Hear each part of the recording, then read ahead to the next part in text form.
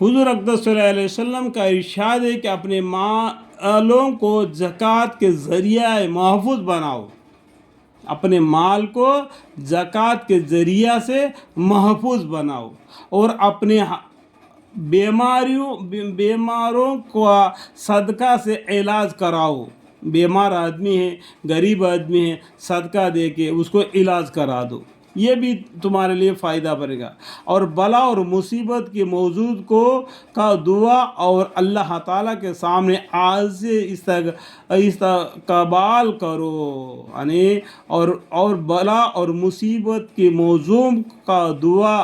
اور اللہ تعالیٰ کے سامنے عاجزی سے استقبال کرو، یعنی جو بھی مصیبت آتی ہے، جو بلا وغیرہ آتی ہے، اللہ سے دعا مانگو، یا اللہ ہم تمہارے بندے ہیں، آپ نے ہمیں پیدا فرمایا، یہ بلا اور مصیبتیں ہم پر آئی ہے اس کو دور فرما دے کر کے اللہ سے عاجزی۔ ایک غریب آدمی پیسے والے کے پاس جا کے آپ نے لیے کتنا ضرورت ہے اس حساب سے وہ کس طریقے سے وہ گڑ گڑا کے مانگتا ہے، میرے کو تھوڑا سا اتنا سا پیسہ دے تو میرا لڑکی کے شادی کے ضروری ہے، پر کس طریقے سے گڑ گڑا کے اس سے پیسہ مانگتا ہے، تو اس طریقے سے گڑ گڑا کے اللہ سے مانگنا تو اللہ دے دے گا، ضرور دے دے گا، اللہ دینے والا ہے، ٹھیک ہے۔ تحقیق کی معنی اپنے چاروں طرف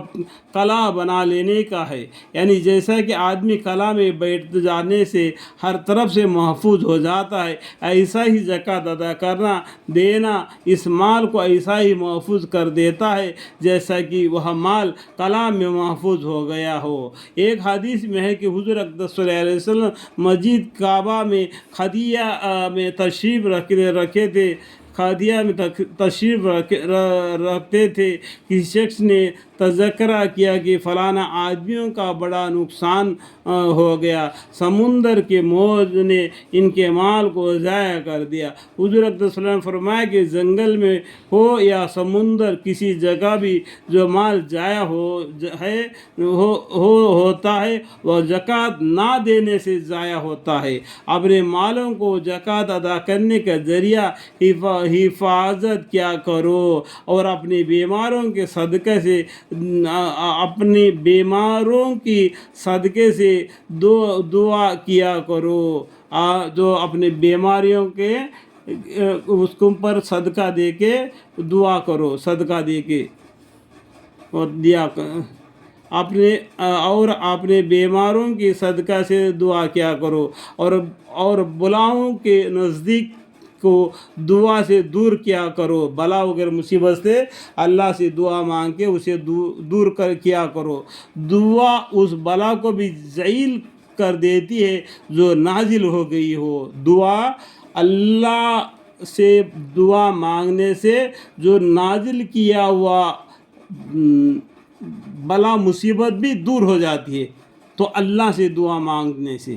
اور اس بلا کو بھی روک دیتی ہے جو ابھی تک نازل نہ ہوئی۔ الحمدللہ، جب اللہ جل شانہ کسی قوم کا بقا چاہتے ہیں یا ان کے بڑھوتری چاہتے ہیں تو اس قوم میں گناہوں سے غفلت اور جو نمبر یعنی جو دو بخشش عطا فرماتے ہیں، اگر کسی قوم کو ختم کرنا چاہتے ہیں تو اس کی خیانت پیدا کر دیتے ہیں۔ اللہ تعالیٰ ہمیں روات کو ان باتوں کو سمجھنے کی توفیق عطا فرمائے۔ اللہ تعالیٰ اس طریقے سے انسان کو آزماتے ہیں کہ جب اللہ جل شانہ کسی قوم کا بقا چاہتے، ان کا بھلائی چاہتے، ان کو بڑھوتری چاہتے ہیں، تو اس قوم میں گناہوں سے آفت اور جو نمرودی یعنی جو بخشش عطا فرماتے ہیں۔ الحمدللہ، اور جب کسی قوم کو ختم کرنا چاہتے ہیں تو اس میں خیانت پیدا کر دیتے ہیں۔ خیانت مطلب کیا ہے؟ یہ کم ہو جائے گی، وہ کم ہو جائے گی کر کے وہ جمع کر کے رکھ دے گا، اس طریقے سے وہ خرابی میں پڑ جاتے ہیں۔ اللہ تعالیٰ ہمیں اور ان باتوں کو سمجھنے کی توفیق عطا فرمائے۔ آمین ثم آمین، والحمدللہ رب العالمین۔